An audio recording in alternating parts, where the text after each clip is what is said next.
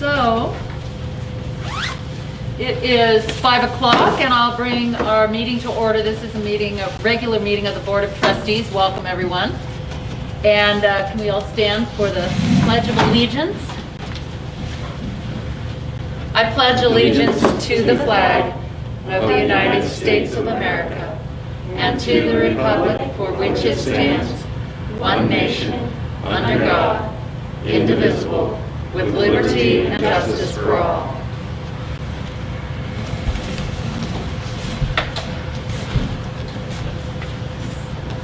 So can I have a motion to approve our agenda?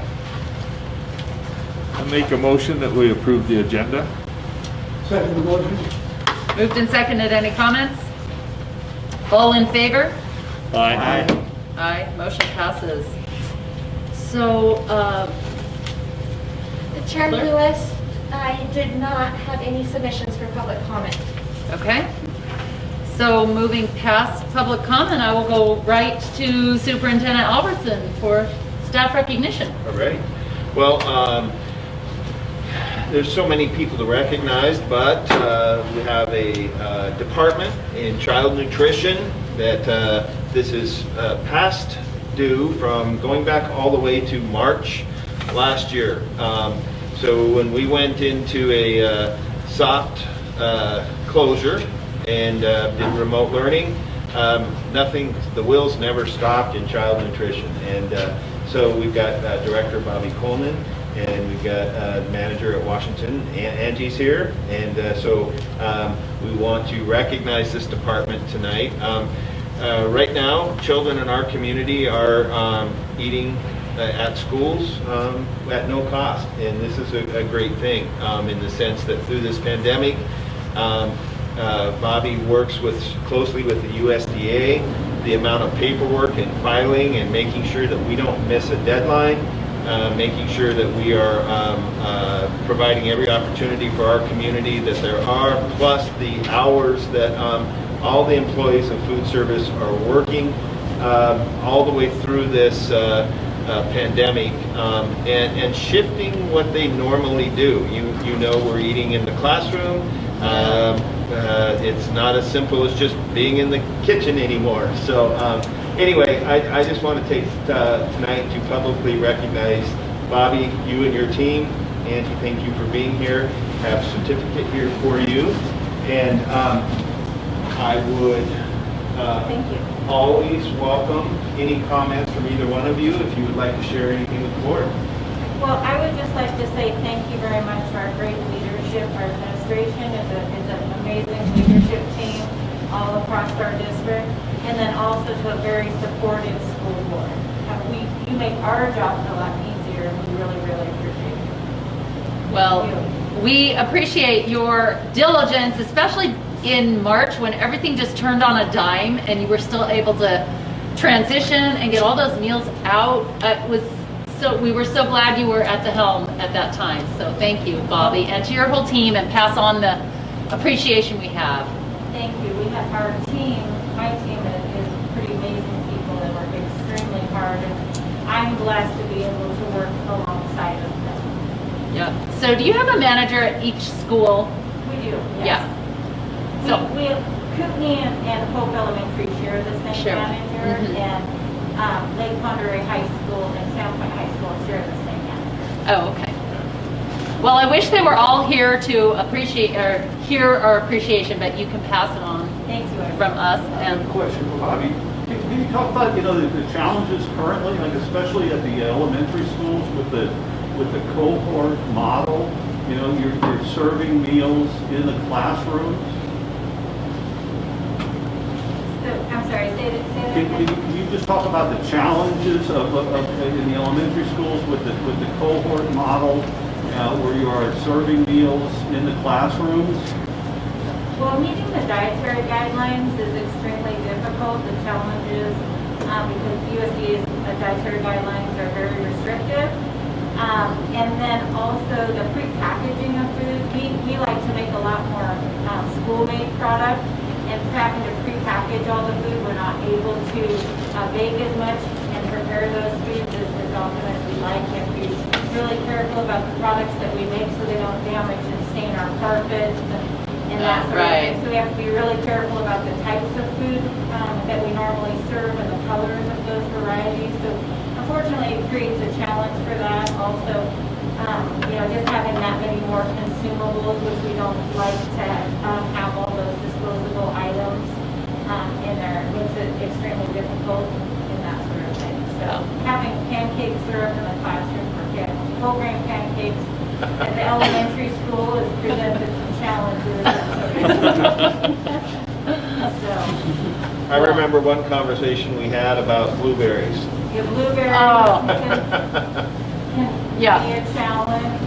Yep. Any of those darker fruits and serving hot vegetables and combining cold products in a sack with hot products and keeping them all safe is, proven to be a bit of a challenge and stuff. But my staff has been very creative and they're just really been outstanding in making it happen and making sure that the food is safe, healthy, nutritious, and a good quality for our students. So Well, are thanks are again. all the plates and silverware, are those all disposable? Yes, Yeah. everything is disposable. We're not taking, because of contact contamination and concerns and that sort of thing, sanitation, everything we're using is disposable. Well, again, we thank you for meeting all the challenges that have come your way in this whole department, so thank you. All right. Well, I will pass the meeting on to our Chief Finance and Operations Officer, Lisa Halls, for our financial update.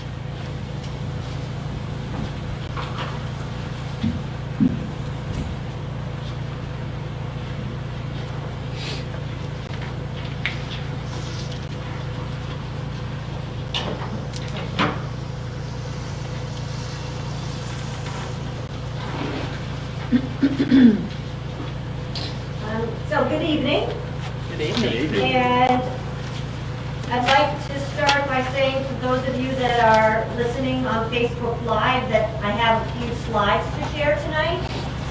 And I always appreciate when I'm listening to something online to be directed where you can find those and follow along. So you would go to LPOSD.org, that's our website. Then you would go to the Board of Trustees. Then you would go to the agenda packet, and you would click on today, January 26th, agenda packet. And the slides that I'm sharing are the first part of the agenda packet.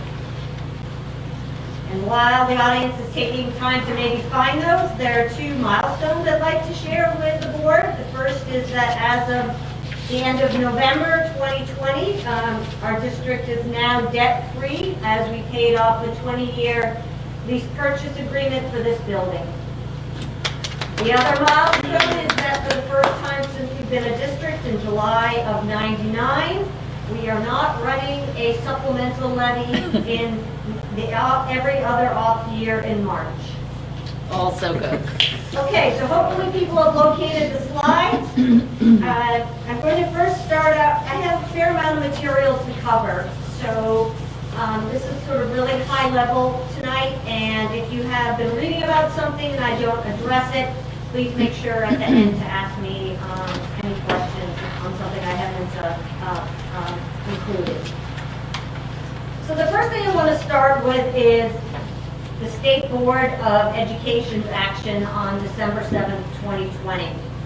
And it has to do with paying public school districts in Idaho based on enrollment.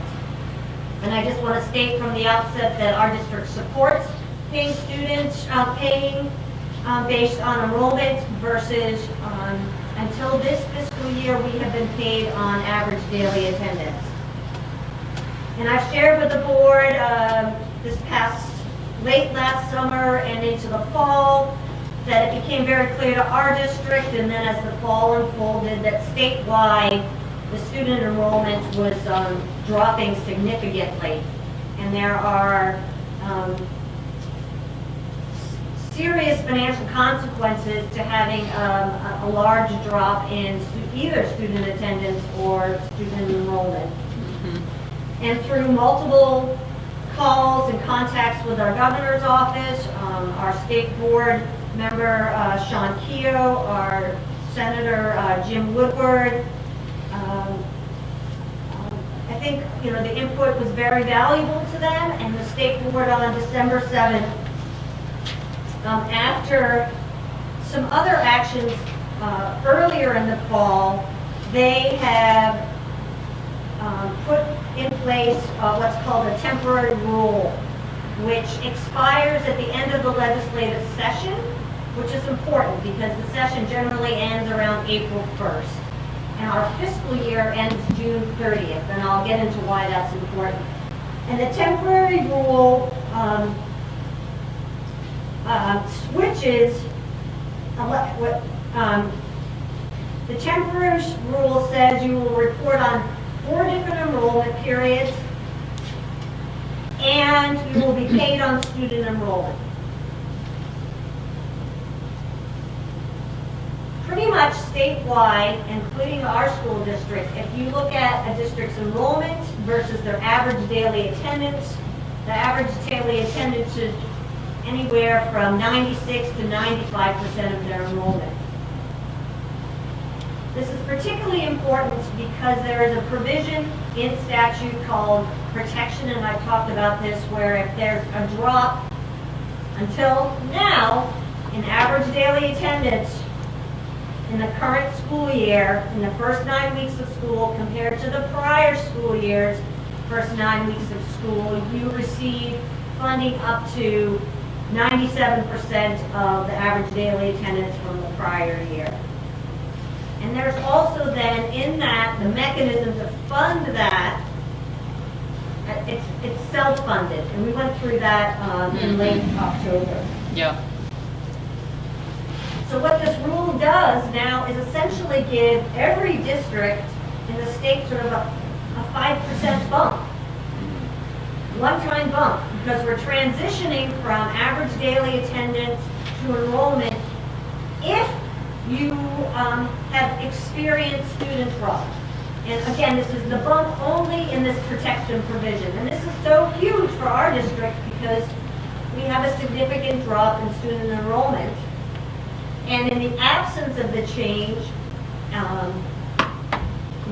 we were ranging from just our loss in revenue would have been about $600,000, and to fund the self-funding mechanism, that could have been another $600,000. And now, for us, it takes what's called our unit count to about 180 units, which is only a 2-unit drop from last year, or about $200,000. So this is enormous. What is important is that it's a temporary rule. And why did they make it temporary? Because in the state board's meeting on November 23rd, it was actually a permanent rule. But as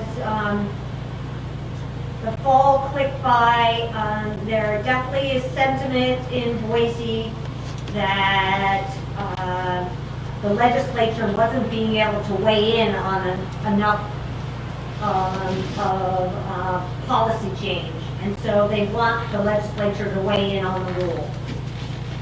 And the Senate Ed Committee last Friday actually passed the temporary rule. It hasn't come to the House yet. But there are what are called the May 15th and the July 15th payments. And if the legislature doesn't take action of its own to put something in statute, and statute always prevails over a rule, then either the state board is going to have to take this up again, or we're going to have to figure out what happens with how the payments for May and July are calculated. Do they revert to average daily attendance? Mm-hmm. So this is going to be something that will dominate the session in terms of the K-12 policy issues. Then I'd like to go to what's on the first slide. I've been telling you since the summer that there was an interim property tax committee. And you can see the members aren't listed on the bottom of this, sorry. But they had their final meeting on November 19th. And a couple things came out of that meeting. One, they felt like their work wasn't completed and they're going to ask the legislature to continue next summer with an interim committee. And then they had 3 resolutions that they are intending to bring to revenue and tax. And I want to attenuate to the middle one, which is highlighted, which has to do with fund balances. And fund balance means in public accounting, it's your cash on hand at any point in time. And so this property tax interim committee, they primarily heard from municipalities and counties and the other taxing districts in the state that levy property taxes fundamentally different than public school districts do. And that sort of the primary tenet is they don't go to the voter for a certain portion of their property tax. And from one year to the next year, they can levy 3% more than the prior year. And there are some allowances to carry forward for 3 years.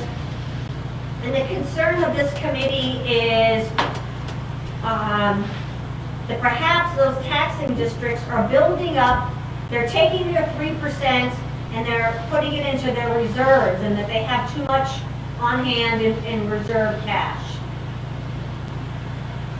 So then if I transition to the conversation where public school districts, we have what's called a supplemental levy in place. It's 35% of our operational budget.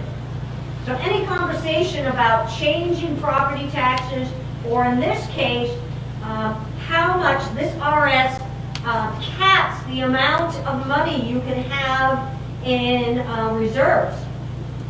This is fundamentally important to our school district because effective July 1st, 2021, we have what's called a permanent supplemental levy override. It's a fixed dollar amount unless we were to go back to the voters. And it's the intent of the district and the school board, to adhere to that dollar amount for as many fiscal cycles as we can. And the strategy is to build up our reserve and then spend down as costs increase over the fiscal cycle. So if we are capped in our fund balance, and we would be into this strategy under how the RS was written, we are going to be in a real predicament. So, of course, we'll follow this very closely and weigh in as the policy debate continues. So then, Kelly, if you could go to the next slide, please. I'm sorry that I don't know why that's pulling up both, I'm sorry. No, that's so strange. It's 2 and 3. I apologize. Yeah, okay, well, I'm talking about this slide, and the board does have the handout in front of them. And what I want to talk about now is what's happened. I'm trying to do this presentation kind of chronologically, just to have some linear path. So on December 27th, 2020, our federal Congress passed a new COVID relief package. And it's called CRRSA, C-R-R-S-A. And you are now familiar with what 9 months prior to the day was passed by Congress called the CARES Act. And on the left side of the slide are the provisions of the CARES Act. And for us, it was $569,000. On the right side of the slide is CRRSA, and it's about 4 times the amount. It's almost $2.6 million for our district. And there are things that are very similar. Things that are dissimilar is the CARES Act expires 1 fiscal cycle prior, 1 year calendar year prior to the SRSA money. So this SRSA money is $2.6 million, expires September 30th of 2023. And there are 15 allowances for these expenditures. But what distinguishes this SRSA money, and I've highlighted it in pink, is that, I'm going to read it verbatim, the requirements of an additional detailed accounting of the uses of this ESSER2, that's also, they're one and the same, SRSA and ESSER2 funds, including measuring and addressing learning loss. So everything that a school district would expense into these dollars, there will have to be a narrative as to how it measures and addresses learning loss.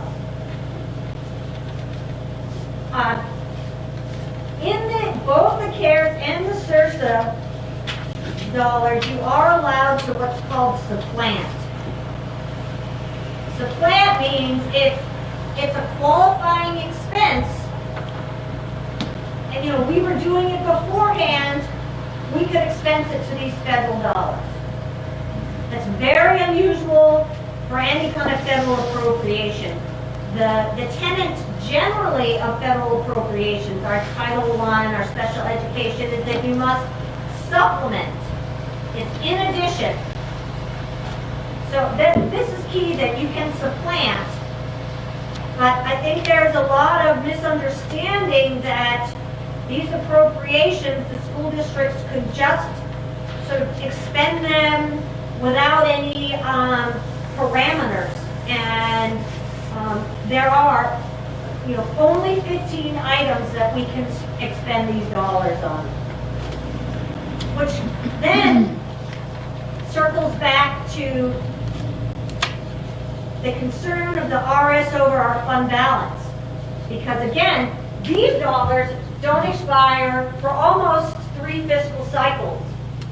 Right. And we could, with the allowable expenses, expend these dollars first and build up our reserves because we have a permanent levy. So this is really pivotal, particularly to our school district and the 5 other school districts in the state that have permanent levies. Then, Kelly, the next 2 slides show the 15 allowances. So so that's the page 3 and page 4 that you see in my cryptic handwriting at the top.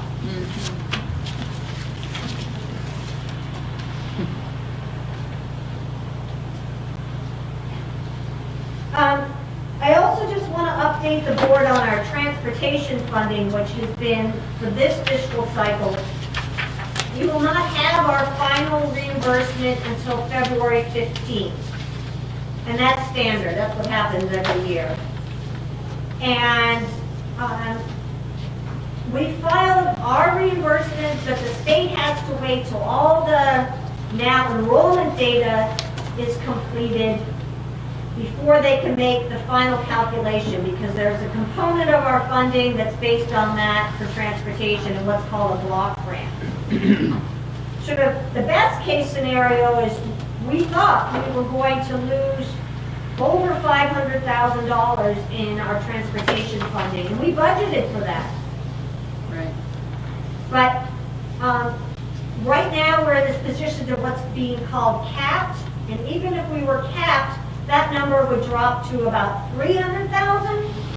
But because statewide there's been such a drop in enrollment, we probably are not going to be capped. But again, we're just sort of waiting for the state. We can't do anything more on our end. The state has to do their calculations. All right, then I'm going to the next slide, which says page 5 for those of you listening. And I want to transition to the legislative session that started 2 weeks ago Monday. And I would say that We really are going to be watching the dynamics between the legislature and the executive branch this session. They've already unfolded on how the state board changed their permanent rule to a temporary rule on enrollment. And we saw last Friday our governor make a public sort of statement.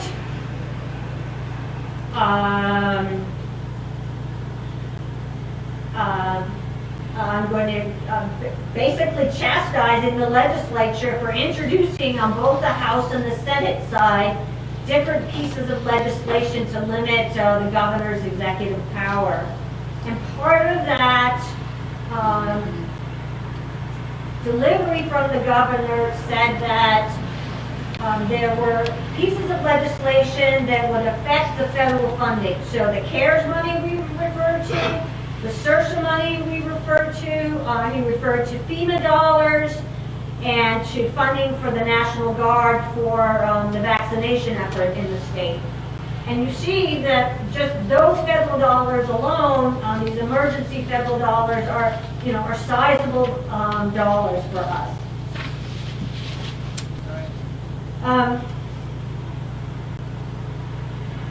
So the governor always starts the legislative session with his State of the State, which includes his budget address.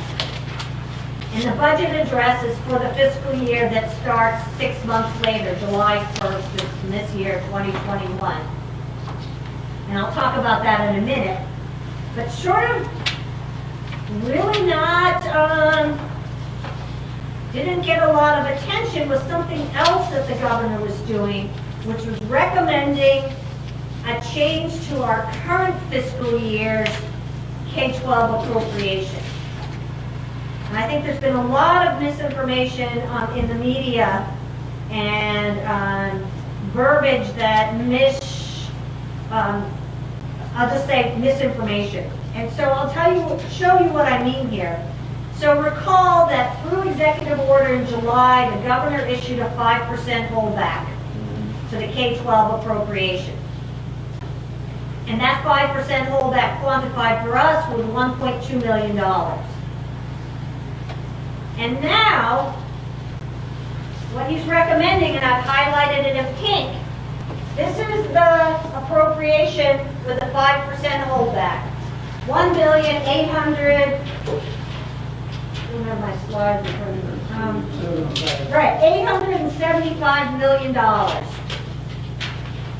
And he is not recommending a change in the total dollar amount that would be appropriated. So in the almost far right column, it shows you that it's the identical amount.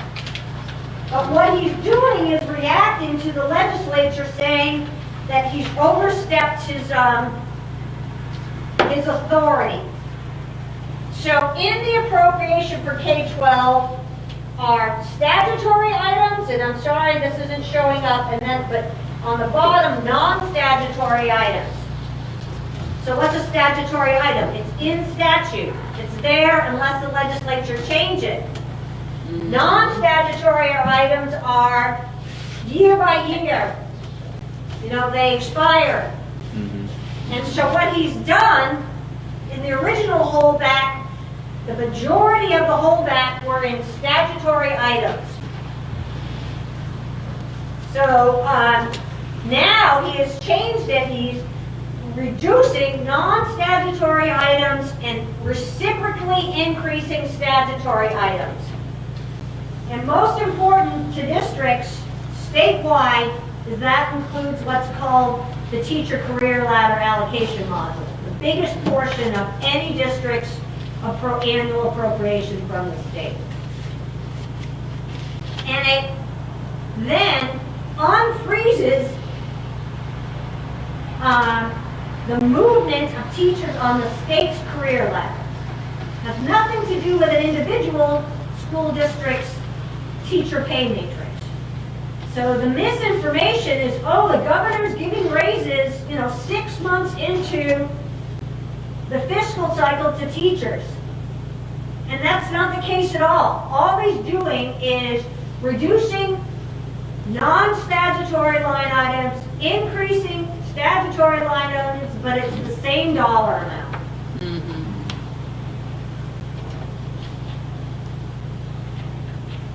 Still, the legislature has to approve this.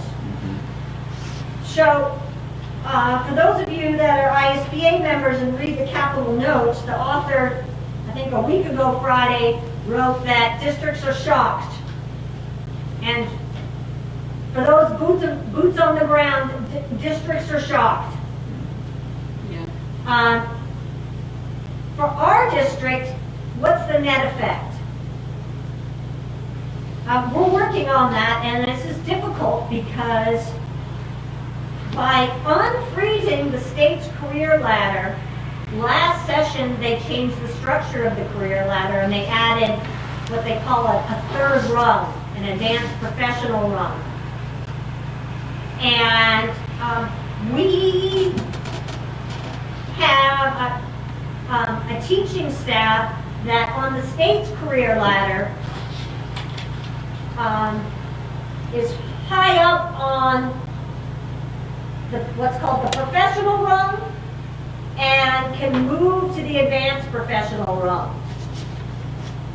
Sort of disproportionately so compared to an average district in the state. So the net effect for us is actually going to be more money than our holdback was 1.2 million, and that probably would be reduced to, we're still looking maybe $1 million. We have, however, in these statutory line items, by allowance, we paid something called leadership premiums. And there was another federal bucket of money that we had to spend by December 30th that was specific to our governor's action. And we transitioned, it was an allowable expense. So now we're forfeiting some leadership premiums that were paid for about $50,000 worth of leadership premiums. It's these kind of gyrations that, this is what's going on in school districts right now. I guess it would be just also important to articulate that last winter, our administration worked very hard to put in place all the criteria to have teachers be assessed if they could move to the advanced professional rung. In many districts, they couldn't be that agile. And then the final slide, which is page 6, is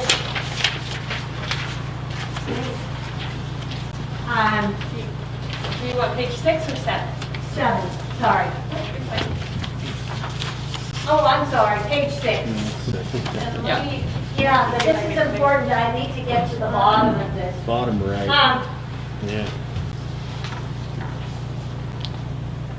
So then there are several different committees or bodies that project revenue forecasts for the legislature. And one is called the Economic Outlook and Revenue Assessment Committee.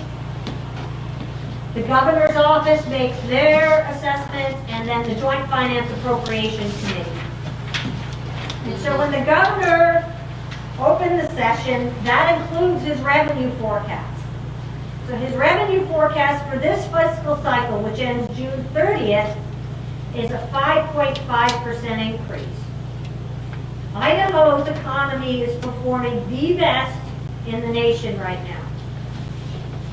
This 5.5% growth is higher than his projection in January of 2020, pre-pandemic.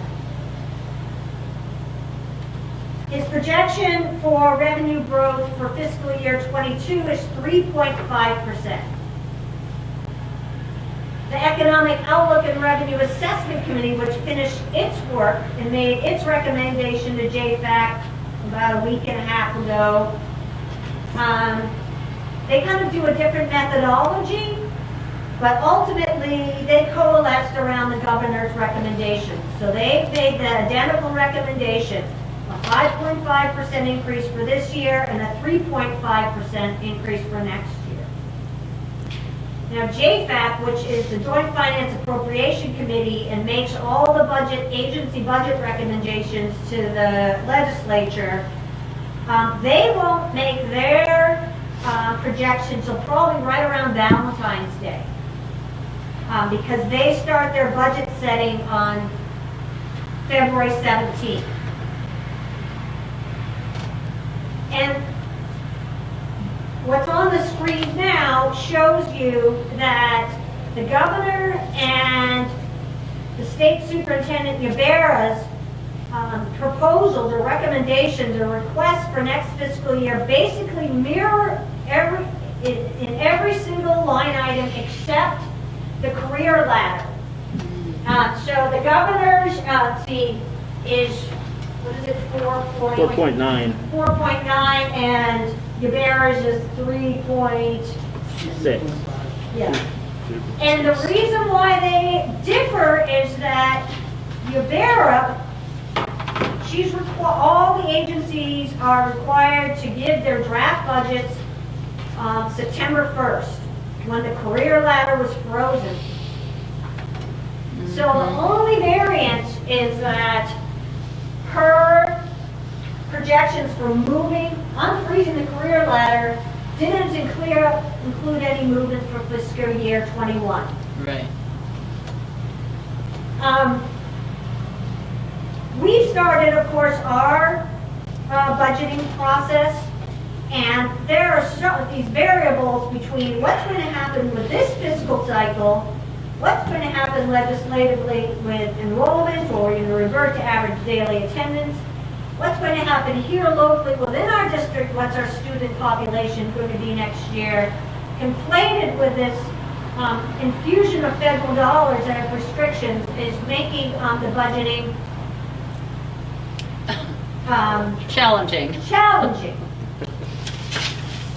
Then I have two other things to share, just reminding you that next Tuesday we'll have a special board meeting with Senator Woodward, who sits both on JFAC and on Senate Ed, and it will be a call-in meeting, and our clerk of the board will send out that call-in number. Yep. And then there is a handout that has like a colored picture on the front. I'm having trouble finding anything really concrete on the new administration's proposal for a $1.9 trillion, and sort of maybe potentially a third COVID package. And the key things are that, as we see in these SRSA dollars, I have read consistently that the same reporting on how you're going to be measuring and improving the students who, sort of fallen behind due to COVID is going to be a tenet of this package. And it seems like also there's going to be sort of a big push for summer school. And so if the second page of the handout shows you that sort of the breakdown of that 1.9 trillion, and you see $130 billion is what the current request is, which is more than double the December 27th, 2020 SRSA money. How that will be configured, what the restrictions are going to be, is an unknown variable, but something may be on the horizon. That concludes my prepared remarks. Are there any questions? Go ahead, Lonnie. On the excess fund balance, you may have covered this. Is there a number that they're going to put on that, or is it a percentage of? They have 4 months. The way it was written is 4 months of your unrestricted, 4 months of 4 months of your unrestricted fund balance. What it didn't say is unrestricted all funds. Yeah. It wasn't well written, and I did communicate that with the ISBA's sort of point person, and it's just, I don't think it's getting enough dialogue in school districts, because the property tax issue is more, the counties and the municipalities are following it, and they didn't even ask for any input during their interim meetings from a public school district. It was all the other taxing districts, you know, sort of getting up and talking about their different budget situations. Okay. That's what I was going to ask next, is if there was anybody who represents those districts who do have permanent levies Well, in the place. other, you know, the other districts are Boise, Lewiston, Lane, Right. Mullen, Moscow. Moscow, and us. Yeah. And Those are then- the districts. And are they hearing from any of them, or no? Not I yet? don't know. Yeah. Pin from the ISBA, you know, I've been going Yeah. back and forth with her, and certainly, for example, on our call next Tuesday, you know, we need to be speaking to the point people on the committees, Right. and this is not sort of where my contacts lie. Yeah. So, you know, this is work on our side, my side. Okay. Okay. Thank you. Are there any other questions for Ms. Halls? Yeah. So I just want to review here some of the big numbers. You said the state revenue for the current fiscal year, under the latest projection, is going to be 5.5% increase. Correct. And the state revenue increase for the succeeding fiscal year is 3.5%. Correct. So that's over a 2-year period, 9% increases in state revenue. Well, these are the projections from the governor and the Economic Outlook Committee. Right. So, in the last legislative session, the legislature increased education budget approximately 5%. Now, 4.1%. And then the governor took 5% back with the emergency withholding. So we had loss, a little less than 1%. Right. And this year, according to your figures, I read the governor's State of the State address, and it didn't sound like your numbers here. I mean, he was touting his $250 million increase for education. But I'm really disillusioned here. You said because when you really shake out the numbers here. Right, so this is why I said that reading what the media is covering and how things have been articulated has been incredibly misleading. So, You know, right, you're walking away that there's an enormous so surplus. they're shifting some monies between funds, but the net effect is governor's proposal. Of course, the legislature hasn't acted yet. Right, the legislator must act. I mean, They must act. It's They must act. It's the biggest part of the state budget. They are going to act.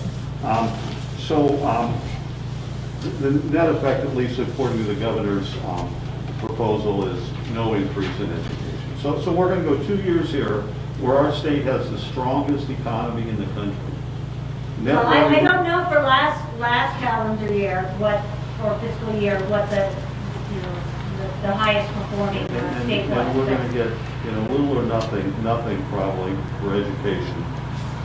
And at the same time, according to the latest study by the NEA, National Education Association, we're dead last. We dropped to 50th in the nation Per pupil basis. in our support for public education.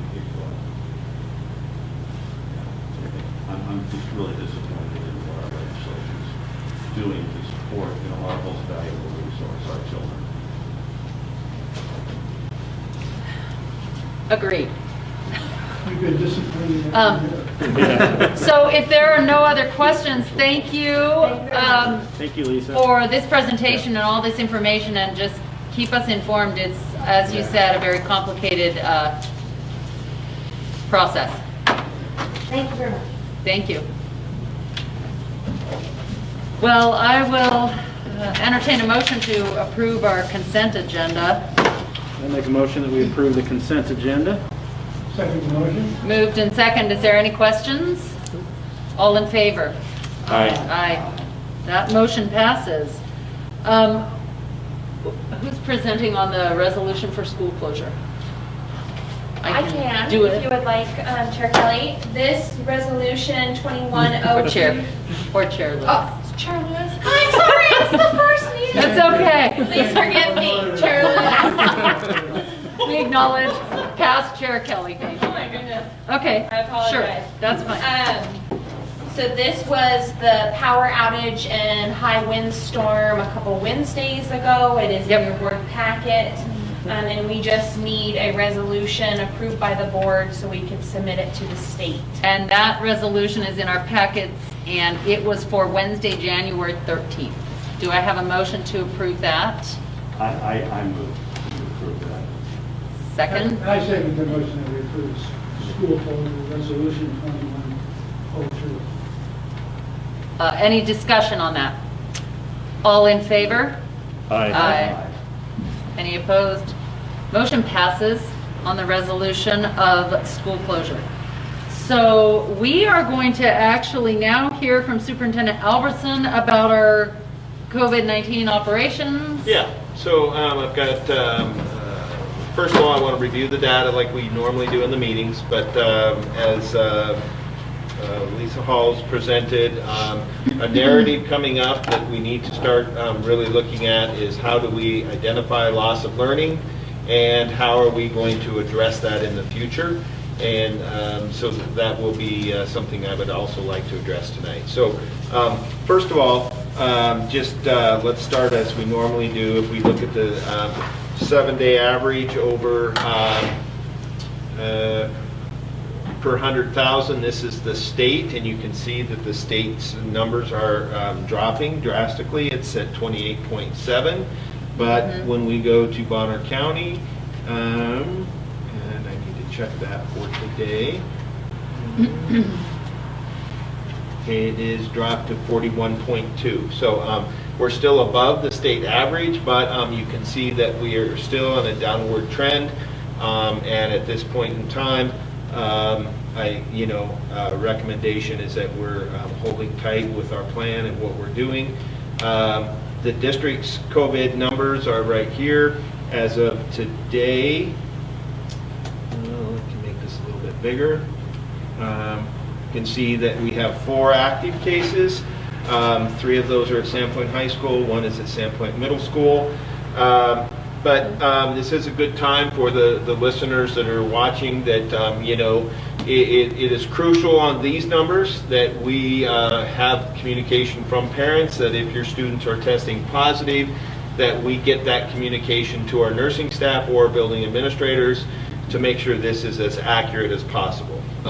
We feel really good about these numbers, but there has come an incident where we did not get some notification and we had to go verify that. And we do, our nursing staff does verify it, but it really helps if we're notified on the front end. So that's just one part there. So again, currently we're low on our active cases, but so that's kind of where we are. So there is nothing being brought for any changes. There have been a few adjustments on extracurricular activities and spectators that there was a new adjustment even today. So in the past now, Governor Little has adjusted the plan so that there could be up to 40% capacity into a building or your choice 4 per participant, whichever would be greater. And then there was an amendment to that today in the sense that in between events, you were supposed to clear the gym, sanitize it, and bring everybody, and then the next group could come in. The problem, what we're finding with that is that some of those people would stay for the same event, the next event. So really, instead of leaving them socially distanced in the gym, you're moving them out, crowding them together, and then bringing them back, which was counterproductive to what the intent was. So that was the amendment that was made as of today. So that's kind of where we are on the numbers. We also are very excited that the vaccination, I've checked with all building administrators and with all directors. I do not know of any employee who wishes to get the vaccine that has not already received their first shot and or are not or scheduled. So we're not getting a lot of input to saying, hey, I'm not getting an opportunity. I feel very fortunate with Panhandle Health and Bonner General Hospital in our community that we're fortunate with our staff for LPOSD. So along the lines, just a real quick recap. I started thinking about, where we've been with this COVID operations. Phase 1 obviously was last March through May, and that's when we went full remote learning. We turned on a dime, soft closure, stay at home. Then I would call phase 2 was June, and we're currently in phase 2. And this was the development, implementation, and execution of a hybrid learning plan, which we are doing, which is the 5 days a week of face-to-face instruction. It is a hybrid shortened schedule with some online learning, and then giving families a full online option if that was what they chose. That is ongoing at this time. Phase 3, and I'm going to use this month for the whole next school year, we're going to be talking about loss of learning assessment and interventions to address that loss of learning. So as you heard, the challenge financially of trying to set the budget is there, but for us to set a school calendar and for us to look at what the day looks like, we all know what we want, but we don't have all the information. I'm going to work with all the building administrators under the assumption that things will be much improved next school year, but I still think we should probably expect to be some disruption of education in pockets for students. But again, we hope it's much less. So with that, in these 3 phases, I did want to share just a little bit of data with you. This is our kindergarten through 3rd grade Idaho Reading Indicator fall to winter growth.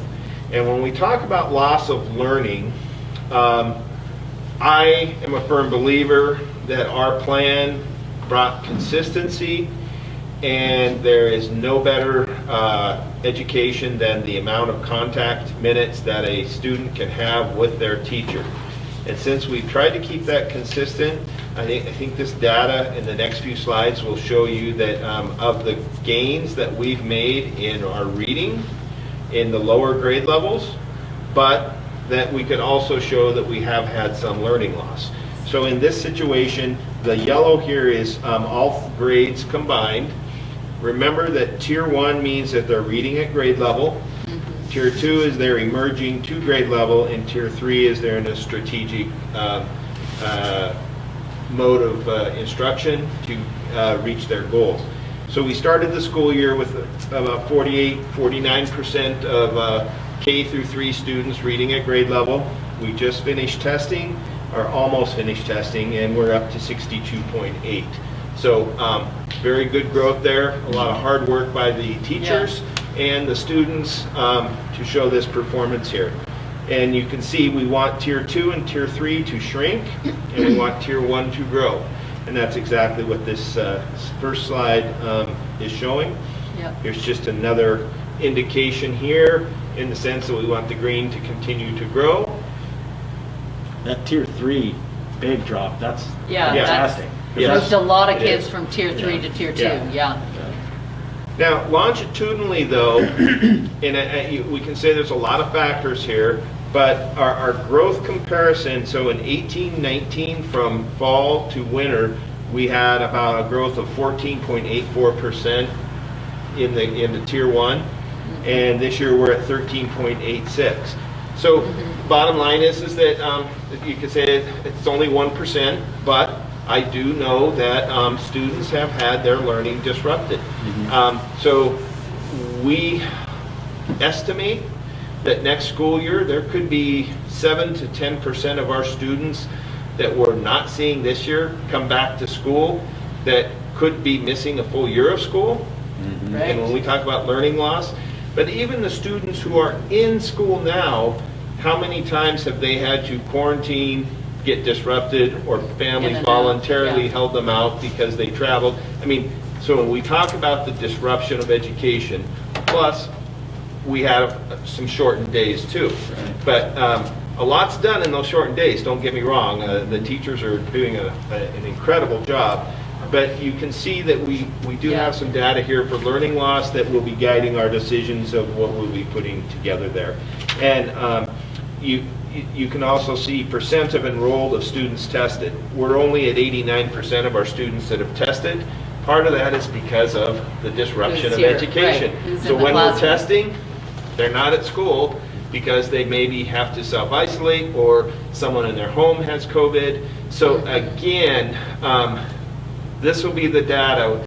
We'll be finishing up the map window in a week, and then it will continue, and we'll continue to keep you updated on what the data is showing us.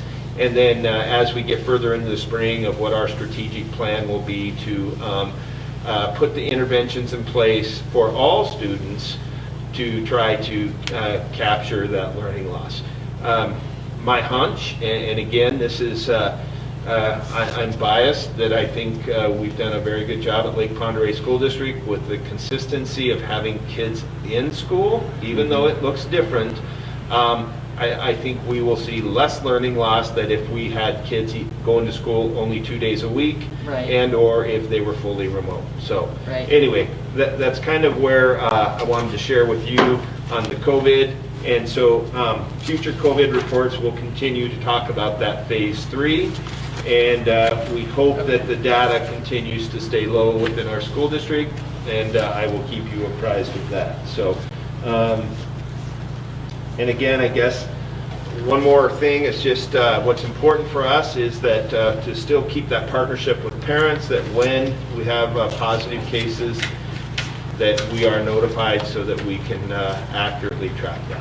So, yeah, thank you. Agreed. Any questions? Gary? Getting back to the COVID, Yeah. you say all staff that are interested in the, in the shot have either gotten it or. Well, it's been offered to them. Due to HIPAA practices, I'm not at liberty, nor am I going to check and know who got it and who did not. I want to protect their privacy. I don't know, I don't want names, but I wonder if you could tell us the percentage of the staff that took advantage of it. In conjunction with Panhandle Health and Bonner General Health, just so they could had very rough idea of how many of our employees wanted it, we were sitting at about 450 to 500 that wanted it. And what's hard is that's when you look at the number of W-9s we put out that might be seasonal or temporary or substitute teachers that make that number higher. So if I had to put a rough estimate to it, Gary, I'd say that we're probably going to be at 70%. And Yeah. that's just Current staff, I'm talking about. yeah, and I'm just going to guess that number. It could be higher, could be lower. All I know is our HR department, led by Jen Capadai, has done a wonderful job communicating to our staff, of making sure that the link to register to get their vaccination has been accessible to all employees, and she has been fielding all the questions, and we're just making sure that there's access. It is not mandatory, Right. but it is, we want it But to be it's all- available It's for all going everybody. pretty smooth for the people that go. Correct. They don't have to wait when they get there, they don't Right. run out of serum. I have not heard of any of that. I can personally, my experience at Bonner General Hospital was absolutely incredible. Very organized, very professional.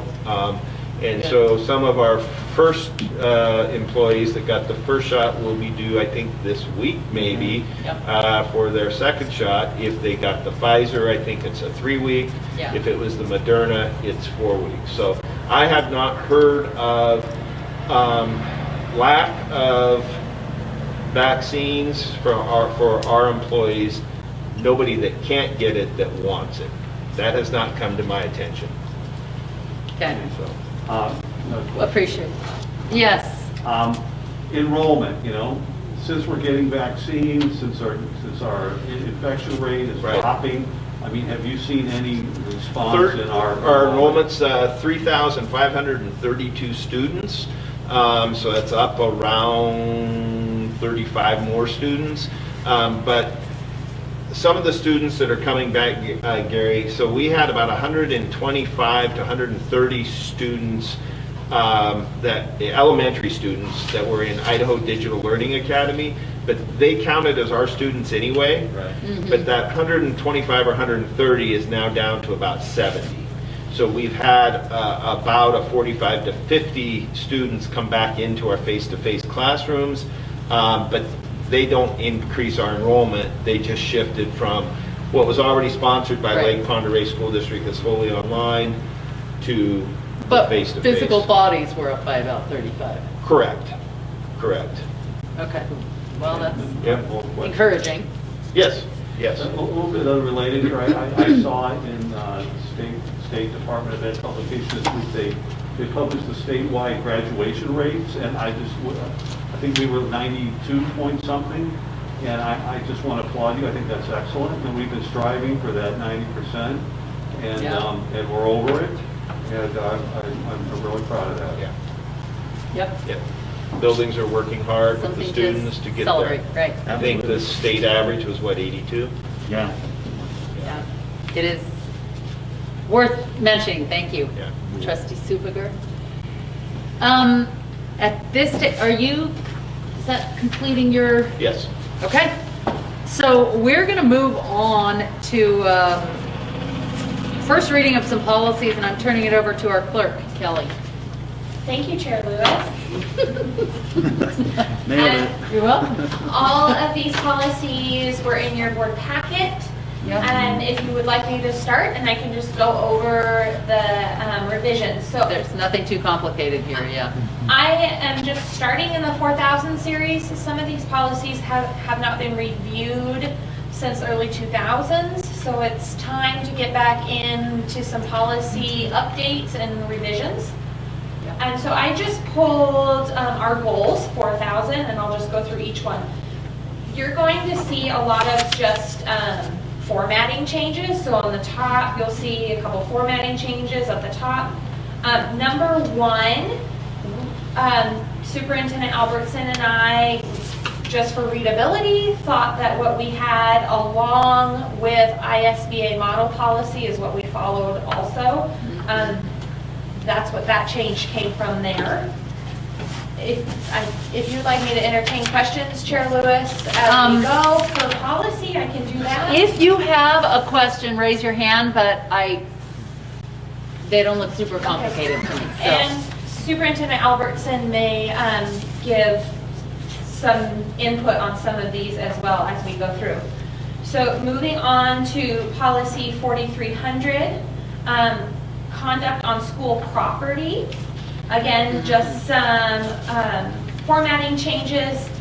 Superintendent Albertson and I, along with ISBA model policy, it was highly encouraged that we add the words including a student on for their conduct on school property. Also, we added per ISBA model policy number 10.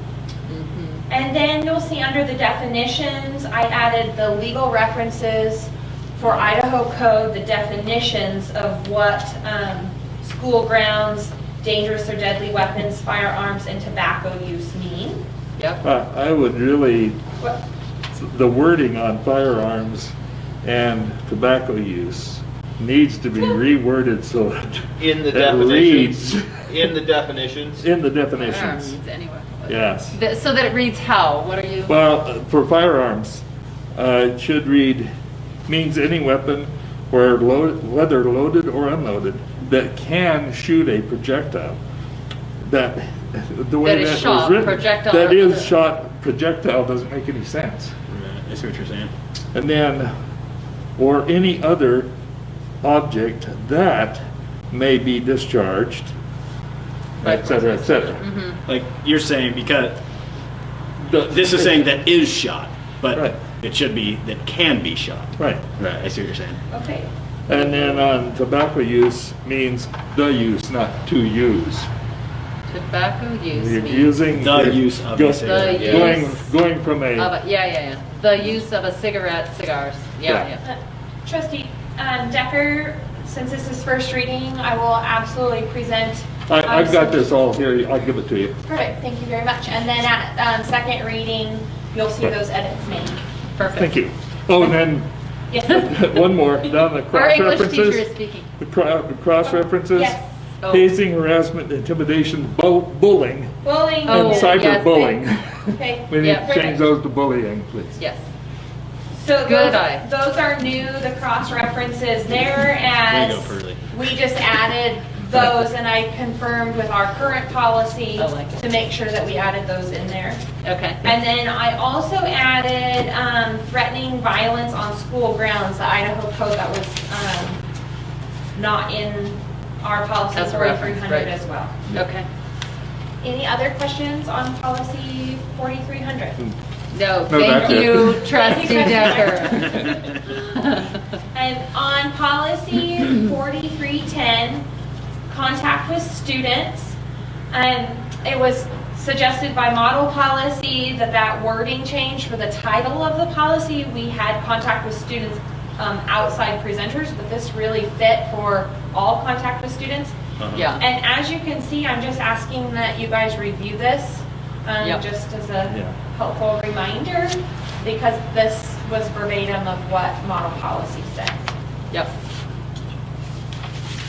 Moving on to policy 4320, disruption of school operations. Again, some more formatting at the top, and same exact issue with the previous policy, just for review, as it hasn't been looked at since 2005. Any questions? We'll just move on to the last policy presented for first reading, policy 4330. Spectator conduct and sportsmanship for athletic and co-curricular events.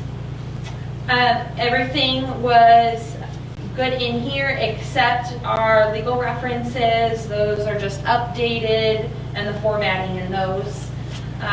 This hadn't been reviewed since 2005 either. So this was just the first section of the 4000 series that I'm bringing to you this evening. And I also appreciate the fact that we get a chance to look at these and refresh what the policy is. Throughout this whole series of the 4000 series, there will be new ones that were highly recommended and required by law to have that we just need to update as well. So going Okay. through the sections, you'll be seeing new policies in the 4000 series as well. Okay. And I would just, the 4320 on disruption of school operation, that does come my way at times, and so I think it's important that we do bring that to Review your it. attention. On the, prohibiting any person to disrupt or obstruct any school program, activity, or meeting, or threaten to do so. Same way as 4330, just what we expect from our spectators and their conduct at our events, and it's important that they are reminded of that they are held to that. So Agreed. Yeah. And since this is first reading, there's no action to be taken tonight by the board as far as a motion. So with that, I will move on to announcements. Superintendent. Most of my announcements again are around the test scores and the data that's coming in. So at this point in time, I have no further announcements. Okay. I have just a quick aside. With the school activity stuff that changed today, I asked Chris Knowles what that means for us in terms of numbers of people in the gym. Yeah. And what our average is. And it's like 650 or 680, I think, is the number that we'll be able to have in the gym for in-gym activities. And for, because I was just thinking of basketball. That's something that's going on right now. Right. A lot of people talking Right. about it. That's about where we're at on an average home game, unless it's a big rivalry. So Well, I think that will help a lot of people that have been Yeah. upset. So at Sandpoint High School specifically, Right. in That's what I'm that talking one about. gym? Yeah, I was just curious. The What only does that thing mean? that I would like to clarify that is that there is the occupancy Right. on the wall. Mhm. And to me, the occupancy it says with or without the bleachers. So to Oh. me, I would probably be a little more conservative in the sense that I want to know how many can fit in the bleachers. Right. And then And go then 40% take of 40% of that. That's Not what I assumed it was. 40% of, if the bleachers are down, how many could be in there, Oh. counting the bleachers and the floor, if you were having an event and putting chairs out? I see. For ingress and egress for fire code. Right. So that's there for fire code, There's a ingress and different- egress. right. But I still think we're in a safe number. Yeah. Of that So we 500, won't be 85, turning 50. too many. No, we have not had to turn anybody away. Yeah, Okay. that's, Yeah. That's So good. you have- It's encouraging. Do you have a ticketing process? Do you limit? We will. This happened so quick, this turned around, that we basically knew that Saturday's games, we weren't going to meet the limit, and so we did not need to do so, but there will be a pre-sale now so that we know the limit, For the sure number of that- yeah. people. Are you going to hold some seats for the visiting team? They will have their. They'll have a two. number of theirs, yeah. Yep. Okay, well, thank you for that. At this time, I'll hear a motion to move into executive session. I move that we move into executive session as provided for in Idaho Code Title 74, Section 206, subsection 1B, to consider the evaluation, dismissal, or disciplining of, or to hear complaints or charges brought against a public officer, employee, staff member, or individual agent, or public school student. Second. I second the motion. Moved and seconded. Any discussion? Roll call vote, trustee Kelly. Aye. Trustee Superger. Yes. Trustee Decker. Aye. Vice Chair Williams. Aye. Chair Lewis. Aye. Thank you. Okay.